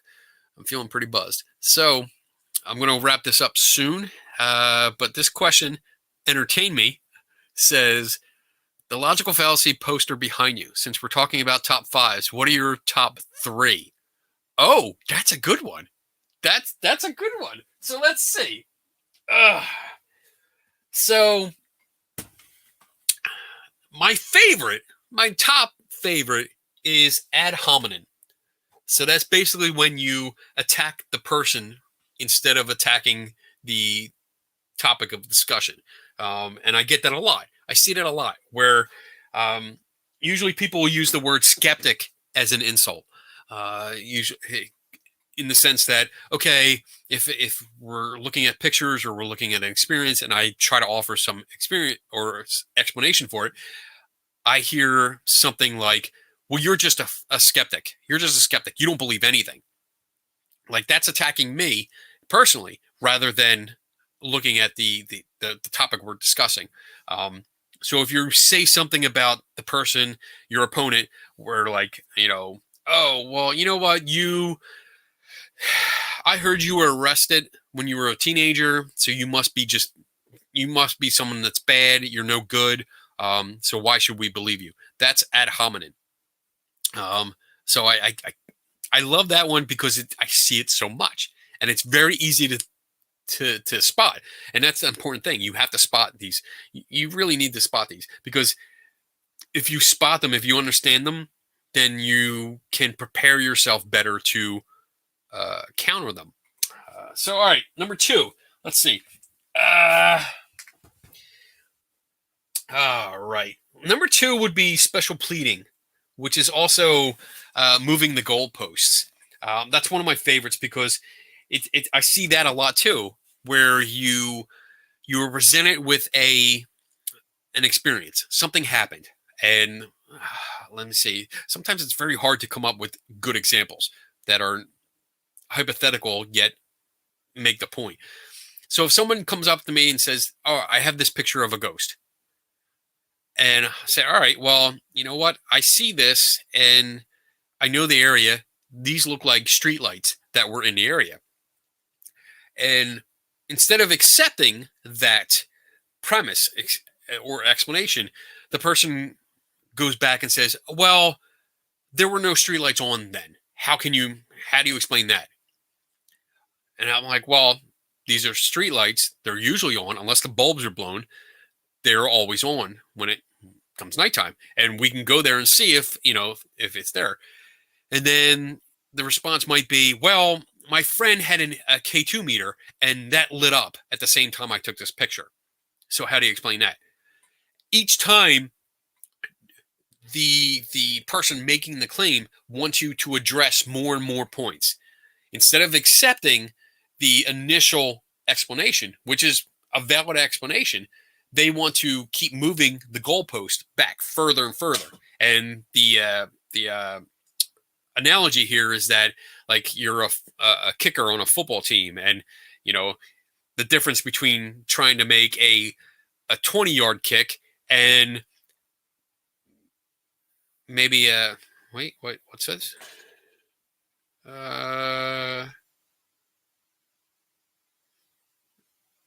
Let's see. No. What's this say?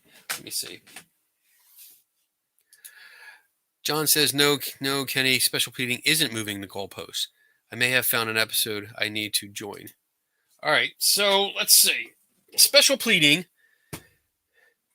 I want to show you this so we understand. Let's see. Special pleading. The first thing it says, moving the goalpost. So I don't know where you're coming from, but special pleading, I mean, you can also say that it's, let's see what this says. Special pleading, moving the goalpost or making up exceptions when a claim is shown to be false. So you can actually, I mean, that's how I see it. You could actually make up excuses why a claim isn't false, but in doing so, you are moving the goalpost back and forth, or not back and forth, but back. So I don't know where you're coming from that, but that's how I read it. That's usually what I read when I read that. So that's what I go with. And then number 3. Wait, you had number 3. Oh, number 3. That's an easy one. Burden of proof. Burden of proof is basically saying that whoever's making the claim is the one that needs to provide evidence of that claim. But there's a reversal. I don't know if it says it on here. Let me see. Let's see. Burden of proof, saying that the burden of proof lies not with the person making the claim, but with someone else to disprove. All right, so that's what I'm going with here, because that's usually what I come across. Don't fall down. So the burden of proof is usually reversed with other people. So I lost my train of thought. John, you're distracting me. Hold on a second. The burden of proof is usually reversed on other people that don't believe it. So, like, if somebody presents a photograph and says, "This is a photograph of a ghost," and I say, "Well, I'm not so sure about that," and they respond and saying, "Well, prove it isn't a ghost." So that's the logical fallacy there. It's not my job to prove it's not a ghost. I didn't make a claim. I didn't say, "No, that is not a ghost," yet. They made the claim first saying that it was a ghost, so therefore it's up to them to provide evidence and data to support that claim. Usually doesn't happen. Usually it's just presented as a claim and said, this is this, that's it, that's me. The reversal comes because, they're supposed to do it and they expect me to do it. And I usually do. because I like working on the mysteries. I like trying to solve mysteries, so I usually do it for them, which I shouldn't. I really should just walk away and say, you know what, it's your job. You prove it, but I don't because I like doing it. So let me see what John says here. Special pleading says my claim isn't this, but moving the goalposts is you prove this. Special pleading says my claim isn't this. My claim isn't. I'm not sure what you're. I don't know what you're saying here. My claim isn't this, but moving the goalpost is you prove this. You didn't prove this. So moving the goalposts, yeah, it's usually like when you make a claim, someone explains it, and then you add something else to it. You add another point that they did not address, and they want them to address that, and you kind of abandon the original. You don't abandon the original point, but you kind of say, all right, well, you didn't prove it all because I'm going to give you this other point that you didn't address yet because I didn't say it. Special pleading. What's this say? Let me read the rest of this. Where are my glasses? So I can see because I'm too old. Humans are funny creatures and have a foolish aversion to being wrong. Rather than appreciate the benefits of being able to change one's mind through better understanding, many will invent ways to cling to old beliefs. And the example that they give is, oh, this is cute. You're gonna like this. Let's just see if you catch the Easter egg. Edward Johns claimed to be psychic, but when his abilities were tested under proper scientific conditions, they magically disappeared. Edward explained this saying, oh my God. Edward explained this by saying that one had to have faith in his abilities for them to work. So this was saying, okay, I claim this, and then when it was shown that the claim was false, he made up another excuse, added another point, and said, all right, it didn't work because of this, which was not part of the original claim. So it continued on. It moved the goalposts back. It was pleading something special and made a special plea saying, all right, I'm justifying it because of this. I think what you're saying, my claim isn't this.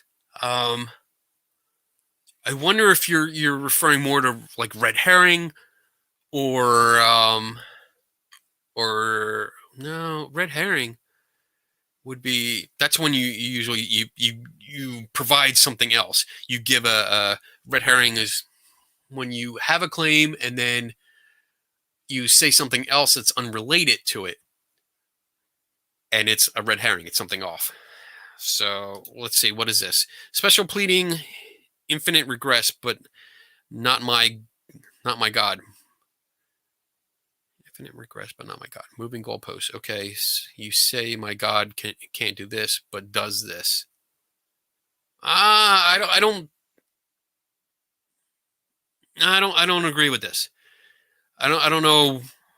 We're gonna have to talk later, if you don't mind.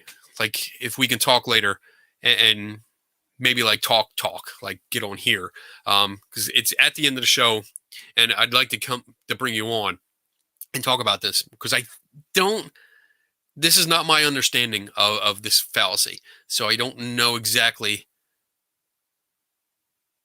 what you're talking about here. Okay. But John, we'll do this later because I do want to get off because I have to pee. But I do want to end the show. But I don't want to ignore this. I don't want to breeze over this. I want to come back and talk about this more. So if you're up for it, contact me later this week or this weekend, and we can talk a little bit more and get into it. Maybe we can talk a little bit more next week because do I have anybody next week? I don't think so. Let me see. Let me check and make sure. I do. Well, that's not this month on my calendar. Wow. All right. So I do not have anyone next week. So maybe we can circle around and address this next week. But all right. So Entertain Me says it's awesome. I used the poster to help some of my students with critical thinking. I got to work on explaining them well myself, though. Thanks for the insights tonight, Kenny. See you next week. All right, cool. Yeah, I mean, I use this poster. This was a gift from a friend of mine. So I haven't had a chance to hang it up yet, but it's really good. It does give you a good explanation of some of these logical fallacies. And I'm totally going to go through this tonight later and just see if I can find what you're talking about there, John. Because that's the way I've always had it, where special pleading was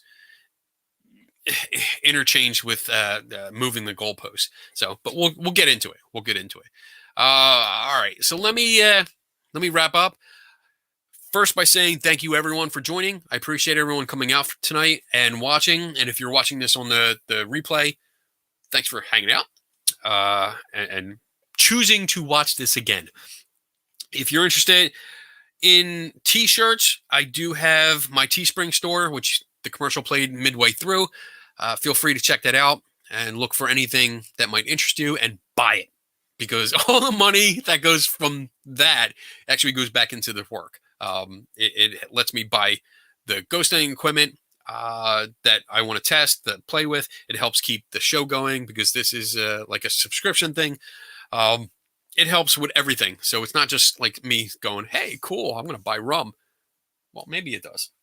No, but part of the show, right? That's an expense, right? But it actually helps keep the show going. So I appreciate it. I did the announcements. I do have two others. March 5th, I'll be on a paranormal podcast called Spooky. March 5th on this show, I'm going to have guests. I'm going to have Megan and Paige from the Spooky Science Sisters. So that's another podcast. If you're interested in podcasts like this, that's a great show. I listen to it all the time, and I love the girls. The ladies are awesome. They're fun. They're goofy, and it should be interesting having them on here. And we're going to talk about science and research and all kinds of weird stuff. So, and it'll be open for questions. But for myself, because now I'm actually reading my calendar and knowing what it actually says, March 18th, I'll be on a paranormal podcast called Crossroads, talking about skeptic stuff, I guess. I don't know. I'm not really sure. There's no topic. I'm just going to be on there. April 15th, I'll be on another show called Full Spectrum Radio. And then again, June 3rd to the 5th, as long as restrictions are rolled back, I should be in Gettysburg for Phenomenology, which is a big conference. Paranormal people, jewelry people, craft people, and then skeptic. Because there's only one. There's not too many skeptics brave enough to actually get a booth at a paranormal conference. Because, and I understand, because sometimes it can be frustrating. So August 20th to 22nd, I will be at the Gettysburg Battlefield Bash in Gettysburg. Again, that's a good one. I'm hoping that takes place, because I do believe this year it's free to get in. I think it's free. And past years, I'm not sure about this year. I have to look it up more, but it's always benefited the Pennsylvania Wounded Warriors and also kids with cancer. So really, really good causes that they help support. And then lastly, September 25th, the Para Unity Conference, somewhere in New Jersey. I'll be there. I don't have a booth there. I'll be wandering around, annoying the shit out of ghost hunters. But having fun, we hang out. We're good friends. All right. So thank you again. Tune in tomorrow night, 8 p.m. Eastern time for 3 Tortured Souls. That's the other podcast that I co-host with Tim Vickers and Dave Schumacher. I don't know what tomorrow's topic is. Oh, the topic is ghost hunting gadgets we despise and why. So that should be fun. But otherwise, good night, everyone. Have a great weekend. And I will get my video queued up here and say my catchphrase, which is never stop learning. Bye.